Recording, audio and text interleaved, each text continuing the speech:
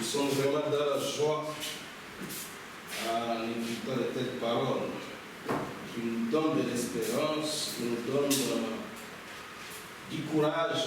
Nous avons chanté que nous sommes des pèlerins. Les pèlerins ne se préoccupent pas des choses qui se passent dans ce monde, puisqu'ils sont de passage. C'est ainsi que nous, si nous ne nous préoccupons pas des choses de ce monde, notre première préoccupation, c'est ça, c'est la chose devant laquelle nous tenons debout maintenant, qui est la parole de Dieu. Amen. Que le Seigneur nous bénisse tous. Et Amen. Je vous salue au nom du Seigneur Jésus-Christ. Amen. Alléluia.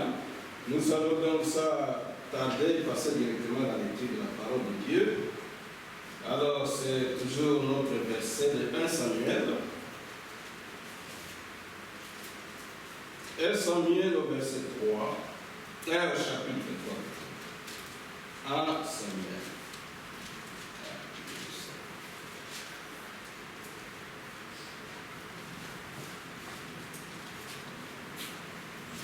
1 Samuel, chapitre 3. Nous allons commencer au verset 19. Samuel grandissait, l'Éternel était avec lui, et il ne laissa tomber à terre aucune de ses paroles. Tout Israël, depuis Dan jusqu'à Beersheba, reconnut que Samuel était établi prophète de l'Éternel. L'Éternel continua à apparaître dans Silo, car l'Éternel se révélait à Samuel dans Silo, par la parole de l'Éternel. Ce qui est étonnant, c'est que nous savons que c'est là, à Silo, il y avait l'arche de l'Éternel. Ce qui est étonnant, c'est que l'arche fonctionnait avec du surnaturel, la présence de Samuel, mais quand c'était en présence de ces anciens-là de l'église d'Élie, ça ne fonctionnait pas. Quand c'était en présence des fils d'Élie, ça ne fonctionnait pas. Parce que nous voyons 1 Samuel 4 au verset 10, les Philistins livrèrent bataille et Israël fut battu. Chacun s'enfuit dans sa tente. La défaite fut très grande et il tomba d'Israël 30 000 hommes de pied. Et ceci donc à dépit du fait que l'arche était avec eux, mais ils ont quand même eu la défaite. Donc ce n'était pas l'arche. C'était ce qui était important, c'est l'obéissance à l'Éternel qu'ils n'avaient pas. Donc ce n'est pas le fait d'imposer les mains. Samuel pouvait imposer les mains et les gens pouvaient guérir. Mais quand eux essayaient d'imposer les mains, le fils d'Élie, il n'y a rien qui pouvait se faire. Ce n'est donc pas ces signes-là qui est quelque chose, c'est l'obéissance. Nous allons prier le Seigneur pour demander qu'il puisse nous conduire encore aujourd'hui. Dieu notre Père, nous venons encore auprès de toi, Seigneur. Nous voudrions que toi-même tu puisses nous parler. Toi-même tu puisses nous conduire. Toi-même tu puisses nous guider. Alors que nous comprenons, oh Dieu, que c'est ta conduite qui est la meilleure chose, Seigneur. Ce n'est pas le fait d'imposer les mains, mais c'est notre obéissance à ta parole qui est quelque chose. Amen. Seigneur, donne-nous cette obéissance. Alors que la parole de Dieu va sortir de la chair.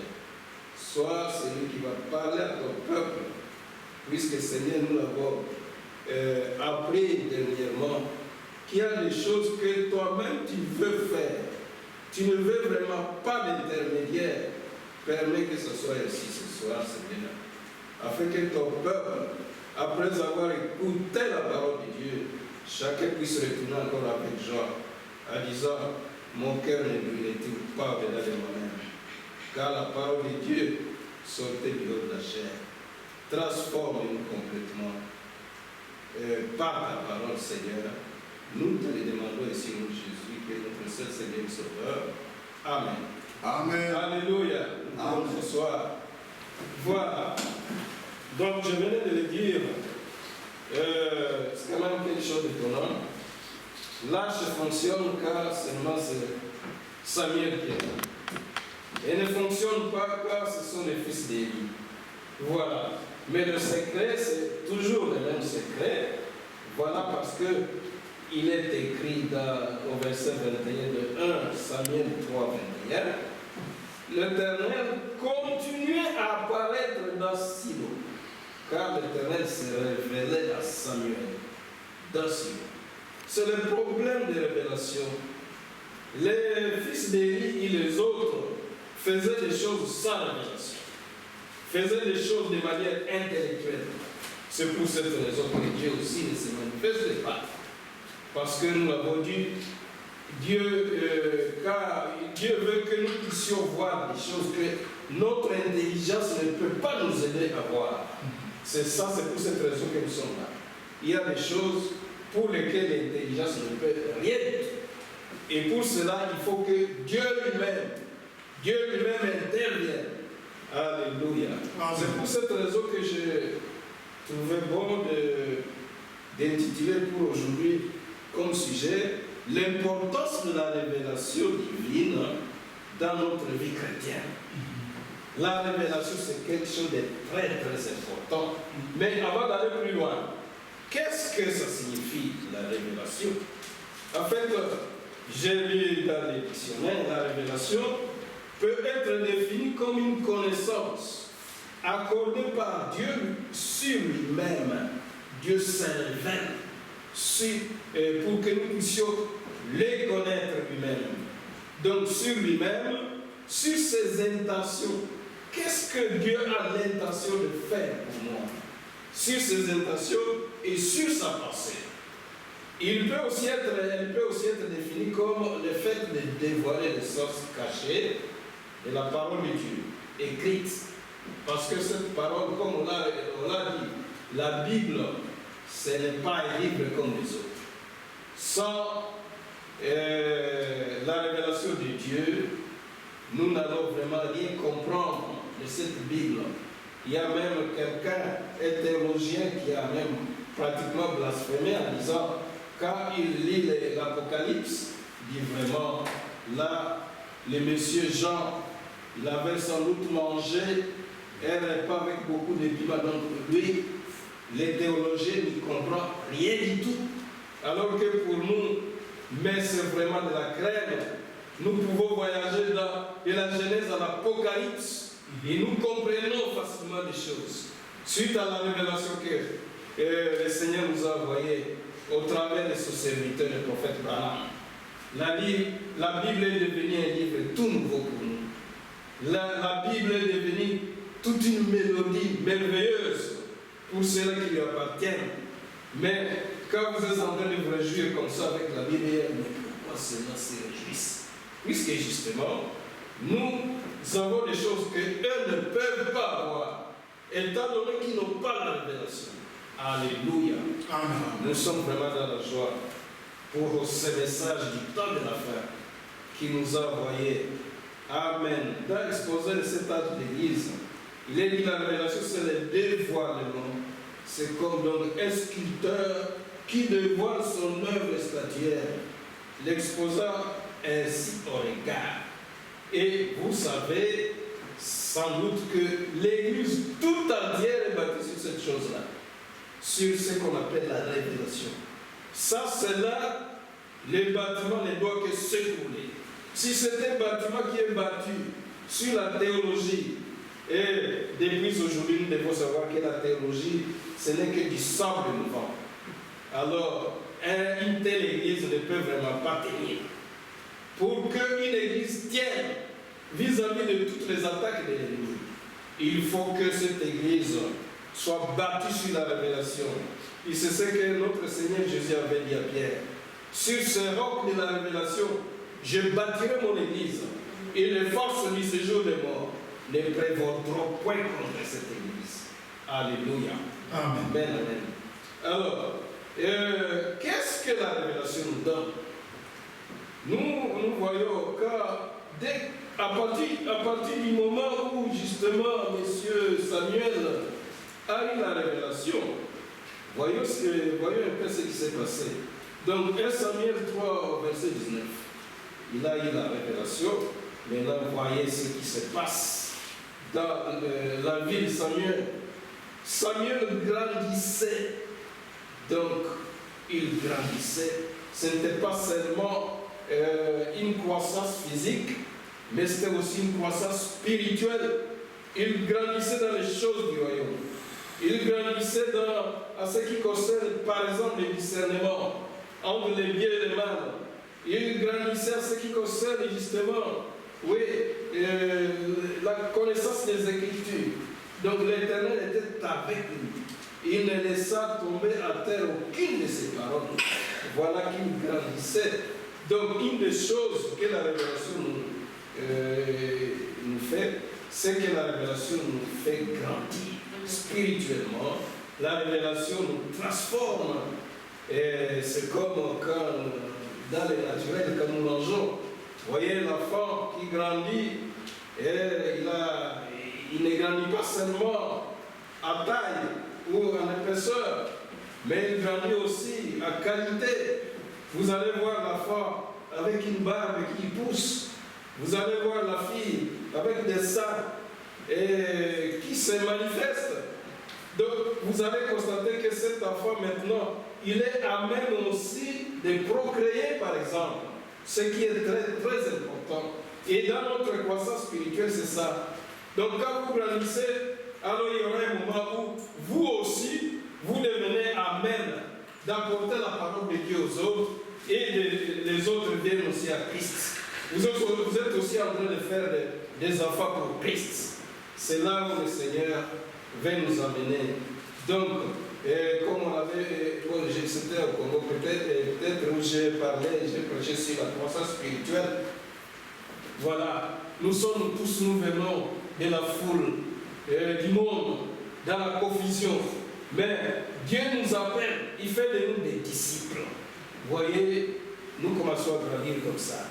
Mais nous ne devons pas rester éternellement des disciples. Il n'y a personne qui peut vouloir que son enfant soit éternellement un élève ou un étudiant. Il faut que cet étudiant termine ses études. Il faut qu'un jour, on puisse lui décerner le diplôme. C'est ainsi qu'un jour aussi, Dieu, Jésus-Christ, a dit à ses disciples, il dit, je ne vous appelle plus des esclaves. Vous n'êtes plus seulement juste des disciples. Vous devenez maintenant mes amis, puisque je vous ai exposé tout ce que j'ai appris du Père. C'est ça ce qui arrive à l'étudiant. Le maître, son professeur, trouve qu'il lui a exposé tous les programmes. Alors il dit, mais qu'est-ce qui manque pour que je vous donne les diplômes? Alors il donne les diplômes. Vous devenez amis de votre maître. Ce jour-là, vous pouvez manger avec votre maître. Mais alors, vous ne devez pas rester là. Et après, il faut maintenant passer au travail. Vous devez être témoin de Jésus-Christ. Il a dit, vous serez mes témoins à Jérusalem, dans toute la Judée et jusqu'aux extrémités de la terre. Ce n'est pas seulement au Congo que je dois être témoin de Jésus-Christ. Je dois l'être aussi en Belgique. Je dois l'être aussi aux États-Unis d'Amérique. Je dois l'être dans ma maison. Je dois l'être à l'école. Je dois l'être au milieu de mes amis, au milieu de mes membres de famille. Je dois être témoin de Jésus-Christ. Je ne dois pas avoir honte de la parole de Jésus. Il a dit, celui qui aura honte de moi et de sa parole, moi aussi j'aurai honte de lui. Et ça sera devant les anges, quand je viendrai dans la gloire du Père. Alléluia. Amen, amen, amen. C'est ça la révélation. La révélation nous donne de très très bonnes choses. Alors que de l'autre côté, c'était le statu quo. Du côté des fils d'Élie, bien sûr c'est normal. Quand vous n'avez pas la parole révélée là, vous allez rester toujours les mêmes menteurs. Vous allez rester les mêmes voleurs. Voilà, ces gens qui sont venus à l'église, hein, ils ont accepté le baptême au nom du Seigneur Jésus-Christ. Ils sont devenus des prédicateurs, les fils d'Élie. Mais c'est que les démons qui les pourchassaient d'adultère les ont accompagnés jusqu'à l'église. Pas de différence. Fils d'Élie, avant il commettait adultère. à l'église, commence à commettre l'adultère avec les sœurs qui venaient s'assembler à l'église. Donc avant l'indépendance, c'est comme après l'indépendance. Ça ne devrait pas être ici. Je n'ai jamais vu quelqu'un avait chanté ça. Je n'ai jamais vu quelqu'un venir au pied de la croix de Jésus-Christ et rester là.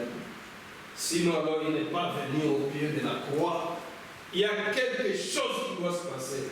Quand vous l'avez rencontré, l'homme de Galilée, sinon, alors, vous n'avez pas rencontré Jésus.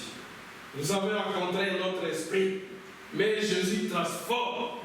Jésus fait de toi un homme tout différent, comme il a fait de Samuel. Mais ces gens-là, les enfants d'Élie là, ils n'ont pas rencontré le Seigneur. C'est parce qu'ils sont restés les mêmes. Ils sont restés avec le même esprit de mépris de la parole de Dieu. Comme ça se fait dans le monde. Vous savez que dans le monde, surtout dans le deuil là, quand vous voyez les gens du monde commencer à parler avec beaucoup d'éloquence, c'est pour critiquer la parole, mais ces gens, les faux chrétiens, donc ils parlent à mal de la parole. Et là, ils ont du plaisir comme ça. Mais ce même esprit a accompagné les enfants d'Élie jusque dans l'église.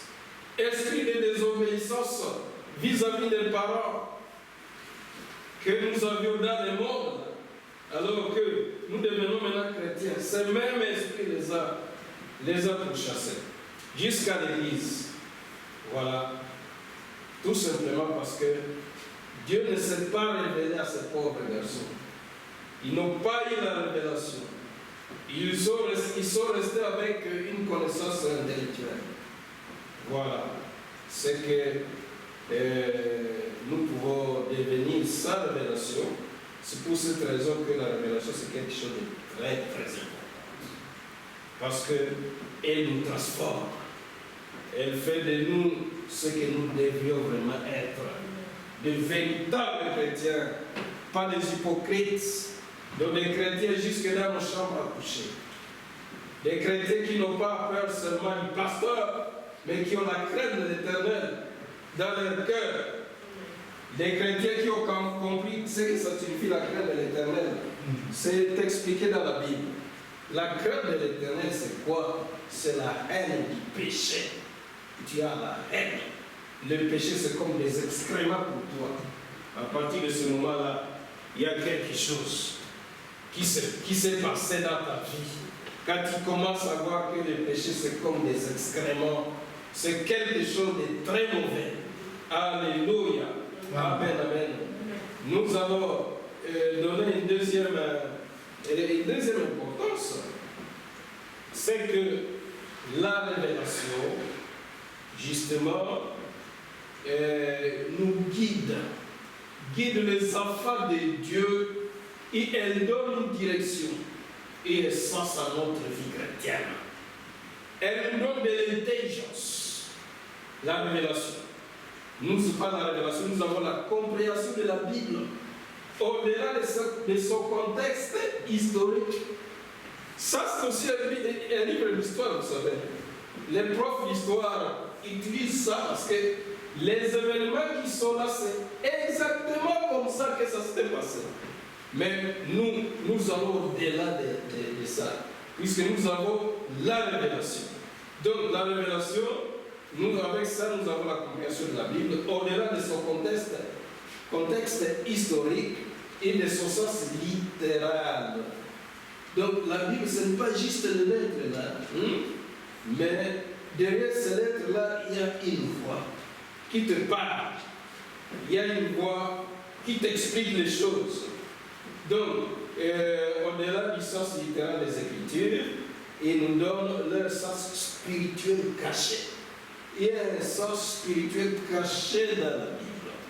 Mais c'est tout simple à voir. Par exemple, si nous lisons par exemple Lévitique 11, Lévitique, tout c'est la parole de Dieu. La Bible dit, toute écriture est inspirée de Dieu. Mais voyons, Lévitique 11, 29. Voici par parmi les animaux qui rampent sur la terre, ce que vous regarderez comme impur, la taupe, la souris, les lézards, selon les espèces. Il y a plein de chapitres qui vous donnent des choses qu'il faut manger, des choses qu'il ne faut pas manger, mais je vais vous poser la question. Est-ce que on le fait aujourd'hui? Est-ce qu'il nous est interdit de manger le porc? Alors, nous allons répondre la Bible. Et pourtant, ce n'est pas ça. La Bible, donc, quand elle parle des cochons, il ne faut pas manger ça, mais elle va nous expliquer ce que ça signifie. Elle va nous donner la révélation de ces choses. Donc, nous avons un sens spirituel de ces choses-là. Vous voyez, par exemple, pour les animaux qui sont interdits là, on peut voir dans Acte 10. Acte 10. Pour vous dire que la Bible n'est pas un livre comme les autres. Ça, ce que nous venons de lire, c'est toujours la parole de Dieu. Donc, on ne peut pas la retrancher, mais il faut la comprendre dans un sens spirituel. Voilà. Nous allons lire par exemple dans Acte 10. Acte 10. Ça, c'est quand Pierre, le serviteur de Dieu, a une vision. Voilà. Acte 10. On peut juste lire 11, au verset 11.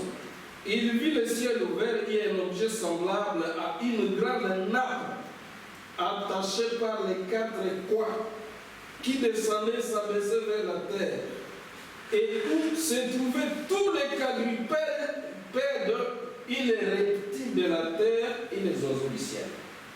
Alors une voix lui dit, lève-toi Pierre, tu y manges. Mais Pierre lui dit, non Seigneur, c'est dans la vision. Parce que dans la vision, Pierre est en train de lui parler en tant que juif. Il sait que ça c'est interdit. Et, non Seigneur, car je n'ai jamais rien mangé de souillé ni d'impur. Et pour la seconde fois, la voix se fit encore entendre en lui. Alors, voici ce que la voix lui a dit, ce que Dieu a déclaré pur. Ne le regarde pas comme impur, comme souillé. Ah, voilà. Dieu commence maintenant à donner de la lumière spirituelle sur les choses pour dire que ce n'est pas juste des lettres, c'est beaucoup des énigmes, des paraboles, et ainsi de suite, qui doivent être interprétées. Et alors, le Saint-Esprit lui a révélé ça au verset du 15. C'est au verset 15. Non, au verset suivant, voilà. Au verset 28, s'il vous plaît. Voilà. Maintenant, quand il est allé chez Corneille, il commence à parler de son expérience. Il dit, vous savez, leur dit-il, qu'il est défendu à un juif de se lier à un étranger ou d'entrer chez lui. Voilà. Mais Dieu m'a appris. Quand est-ce qu'il lui a appris? C'est dans cette vision. Dieu m'a appris à ne regarder aucun homme comme souillé et impur. Or, Dieu ne lui a pas montré les hommes impurs. C'était les animaux. Voilà comment il fait notre vie. Pour vous dire que sans la révélation, on va rester attaché à des porcs. Il ne faut pas manger des porcs, il ne faut pas manger ceci. Alors que Dieu nous a déjà dit, non, il faut manger tout ce qui se mange. Il y a des églises qui sont restées comme ça, cantonnées sur le verset comme ça. L'église adventiste du 7e jour, et ils se privent de la chair de porc, et ainsi de suite. C'est sa révélation. Voilà l'importance de la révélation. Ça nous aide à comprendre les choses de la manière profonde, de la manière spirituelle. Voilà. Ok. Donc,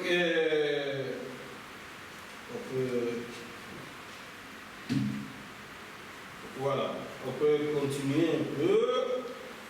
Voilà, la Bible, c'est juste pour dire que ce ne sont pas juste des lettres, mais c'est un livre mystérieux, c'est un livre miracle, c'est un livre personne, c'est quelqu'un qui nous parle.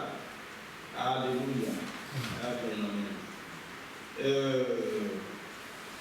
Et là, les diables ne peuvent pas entrer là-dedans, parce que Dieu lui a caché une chose, c'est que le serpent ne peut pas se tenir longtemps dans la parole de Dieu. Il peut dire oui, il peut utiliser la Bible. C'est comme on peut utiliser la Bible de manière intellectuelle, mais sa révélation sera bloquée quelque part. Quand on va arriver au niveau de l'Apocalypse, là, bloqué, ils vont se demander, mais est-ce que Jean a mangé ce jour-là et n'est pas pimenté? Mais c'est parce qu'ils ne comprennent rien du tout. Ils n'ont pas la révélation. Voilà. Et les diables, il va rester seulement cantonné autour de certains versets. Il est écrit. Mais nous avons dit, il est aussi écrit. Amen. C'est toute la Bible. L'homme ne vit pas seulement d'une parole, du Père seulement, mais de toutes paroles qui sont de la Bible. Chaque écriture là. Et quand une voix vous parle là, vous devez justement contrôler cette voix-là, si c'est en accord, pas avec une seule écriture, mais avec toute la Bible, de la Genèse à l'Apocalypse, pour que vous ne soyez pas trompés.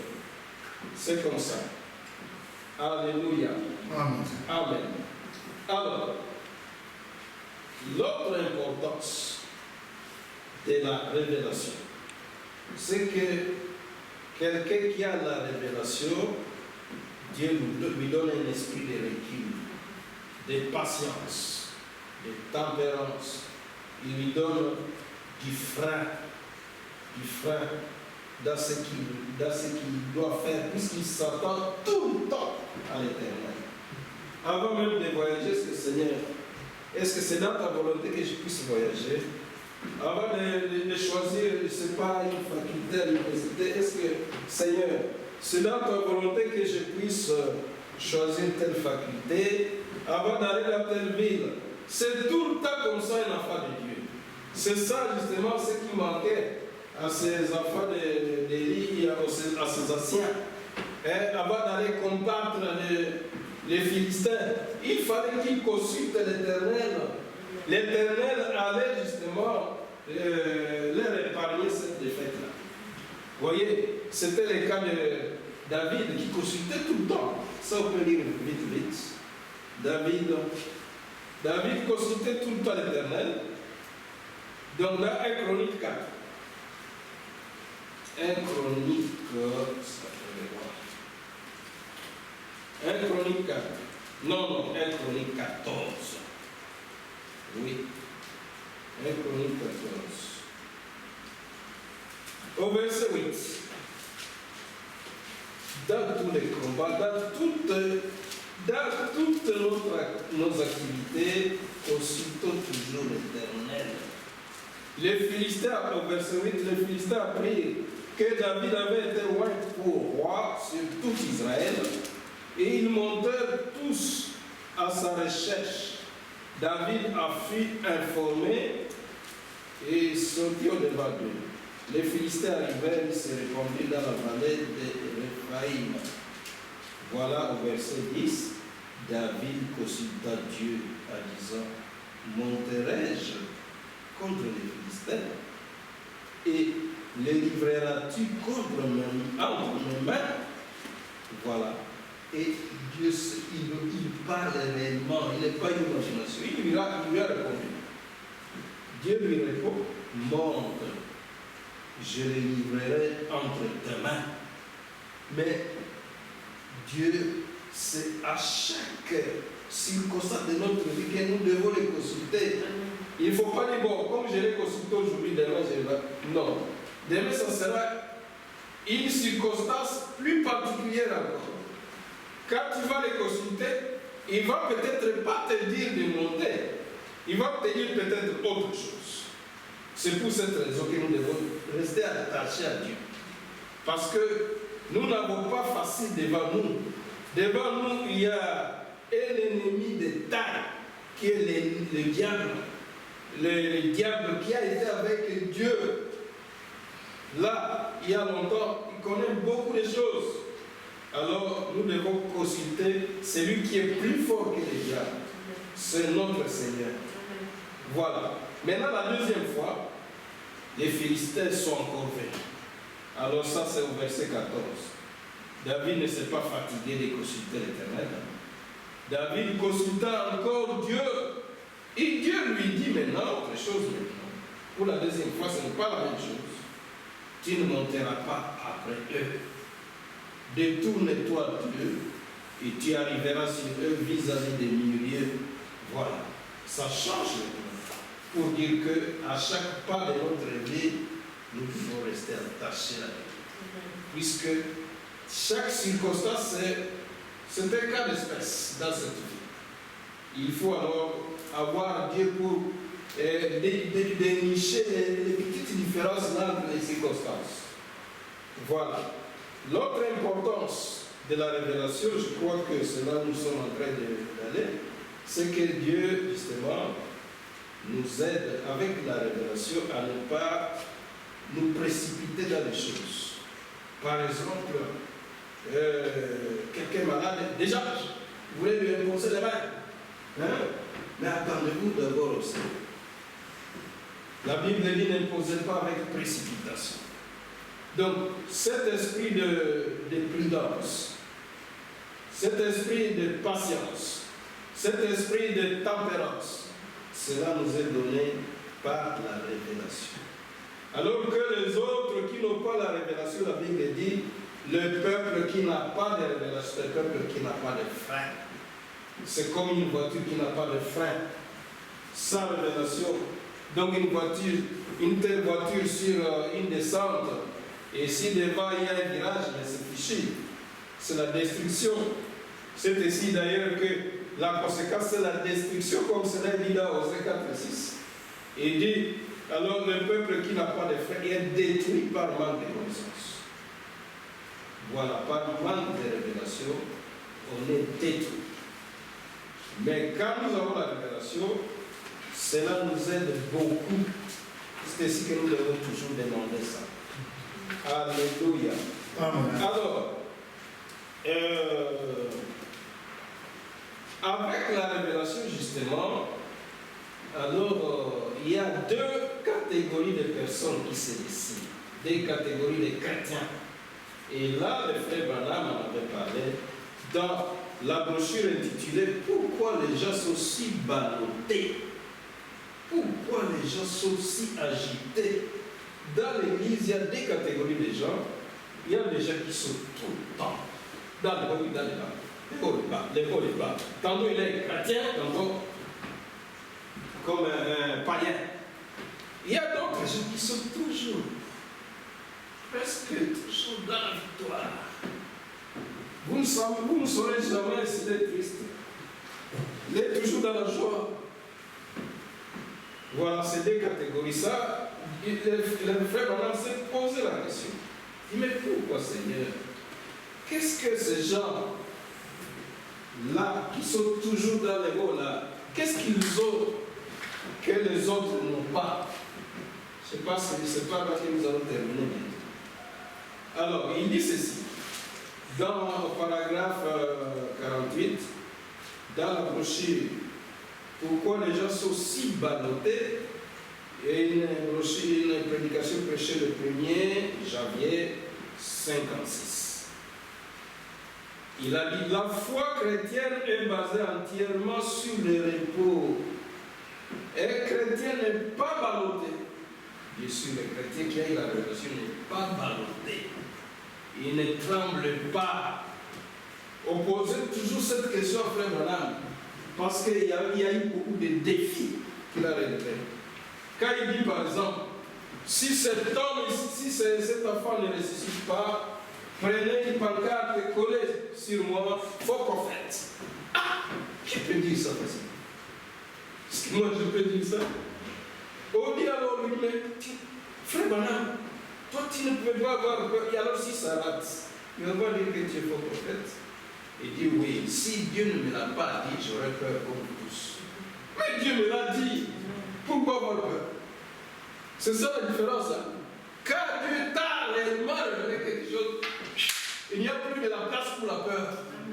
Alléluia. Amen. Donc pour les ballottements, tantôt les hauts, tantôt les bas, non. Tu es calme devant toutes circonstances. Puisque tu es la chose qu'on appelle la révélation. Alors, et il continue. Il ne s'agit pas de s'emporter. Donc, il ne s'agite pas. Il ne s'emporte pas. Il ne s'inquiète pas. Pour lui, tout s'est terminé sur le calvaire. Pour quelqu'un qui est dans cette situation, il sait que sur le calvaire, il a été dit tout est accompli.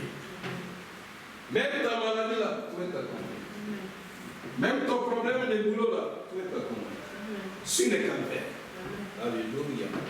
C'est quand même merveilleux de se retrouver vraiment dans cette catégorie de chrétiens.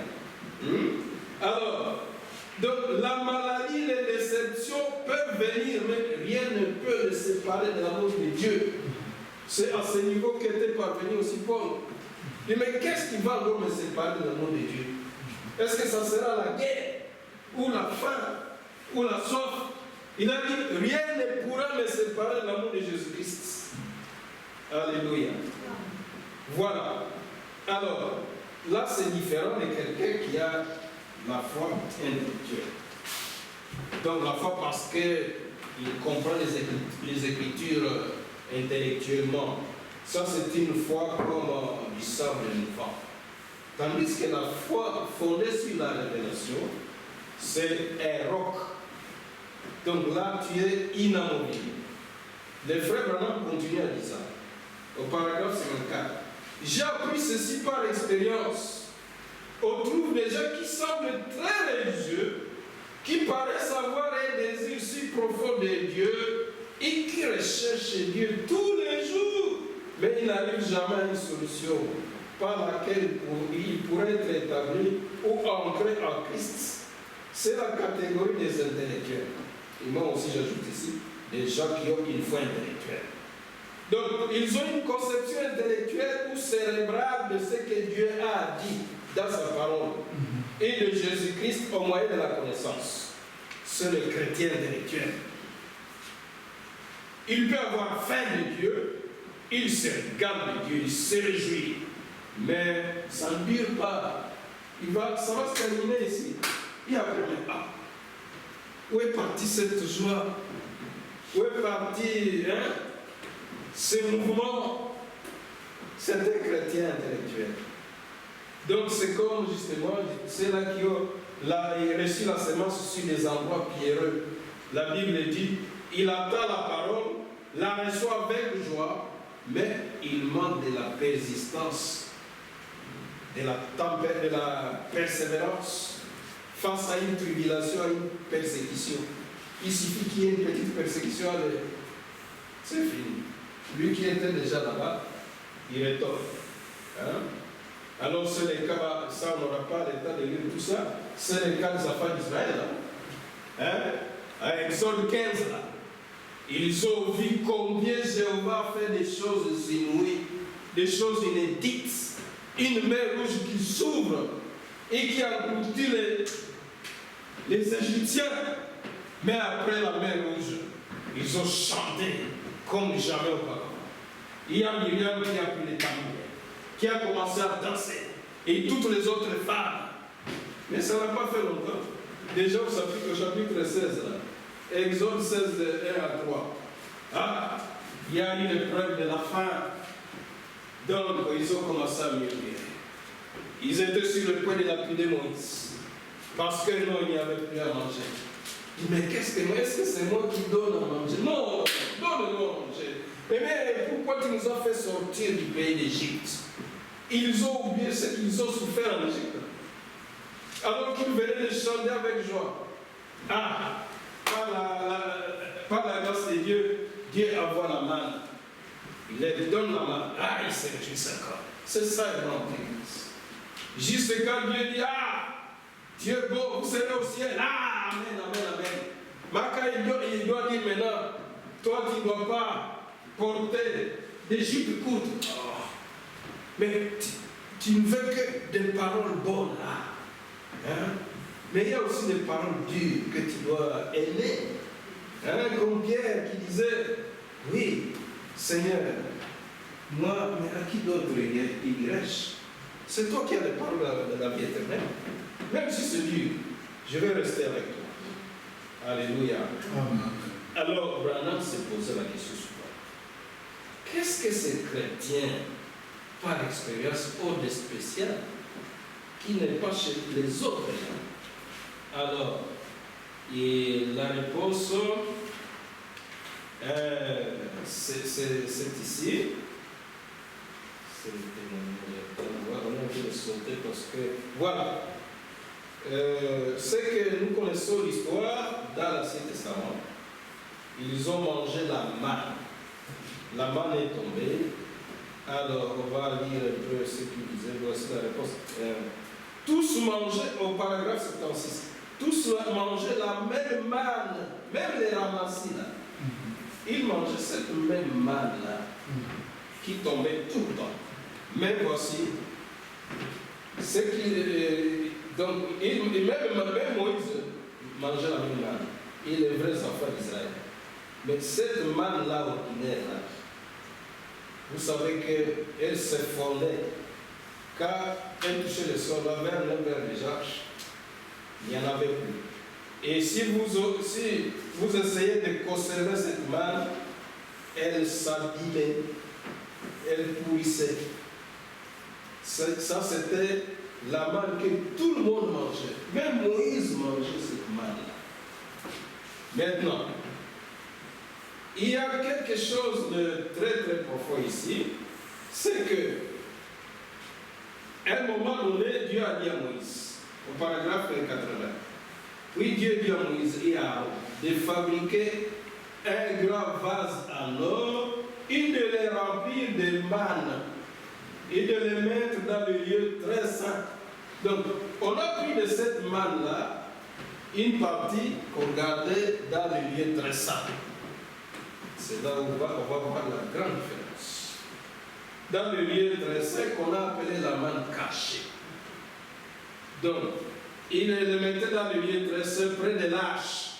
Cette manne spéciale, les mannes, ne pouvait vraiment pas vieillir parce qu'il était dans la présence du Seigneur.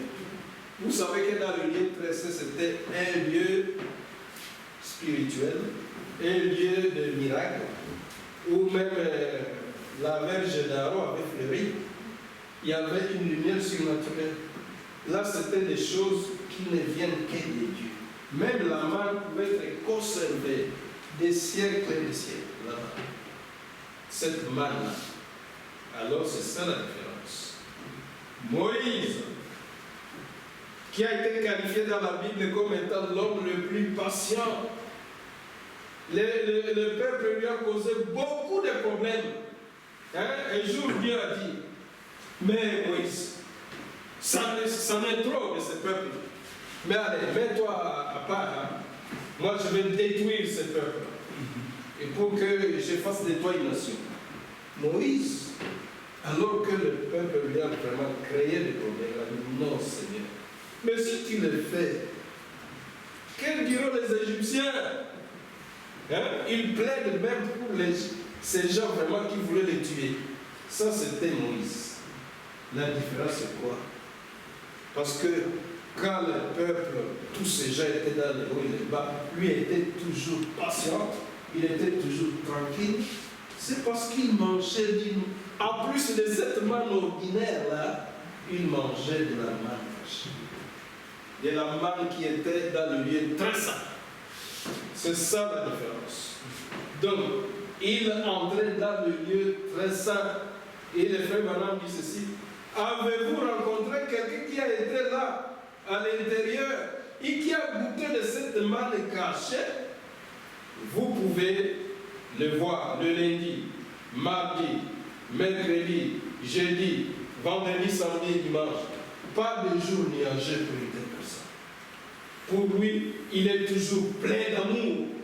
Parce qu'il vit tout le temps sous la gloire de Dieu. Il n'a jamais besoin d'aller à l'église pour être remonté. Ce n'est pas l'église qui va vous remonter. Lui, il est toujours sous cette gloire-là. Parce qu'une fois que tu l'as rencontré, c'est fini pour toi. Tu es dans le repos. Tu ne vis pas ici, tu auras ça. Tu viens ici parce que tu aimes Dieu. Tu viens communier avec tes frères. Tu aimes aussi tes frères.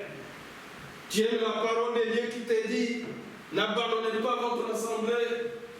Tu aimes la parole de Dieu qui te dit, l'enfant de Dieu, il a la responsabilité pour vis-à-vis de son assemblée d'être présent. Être présent, c'est une lourde responsabilité que vous avez. Quand vous n'êtes pas présent, là, au ciel, là, vous avez un problème. Vous avez la responsabilité d'être présent. Vous avez la responsabilité de payer vos dîmes et vos offrandes pour cette assemblée. Vous avez la responsabilité de prier pour l'assemblée. Qui a prié pour cette assemblée aujourd'hui? Parmi nous, levez la main. Voilà. Vous ne priez même pas pour l'assemblée. Il faut prier pour que le Seigneur bénisse davantage, pour que le Seigneur se manifeste davantage, pour qu'il y ait des guérisons divines, pour que la parole sorte avec puissance, amen. Pour que la parole touche les cœurs, pour que les hommes perdus puissent venir. Puisque ce n'est pas pour rien que vous êtes ici, vous devez vous reproduire. Vous devez faire des disciples. Donc, par ce que vous avez appris ici, d'autres doivent venir. Car ils vont voir que Jésus-Christ est avec vous. Ils doivent venir aussi écouter la même parole. Alléluia.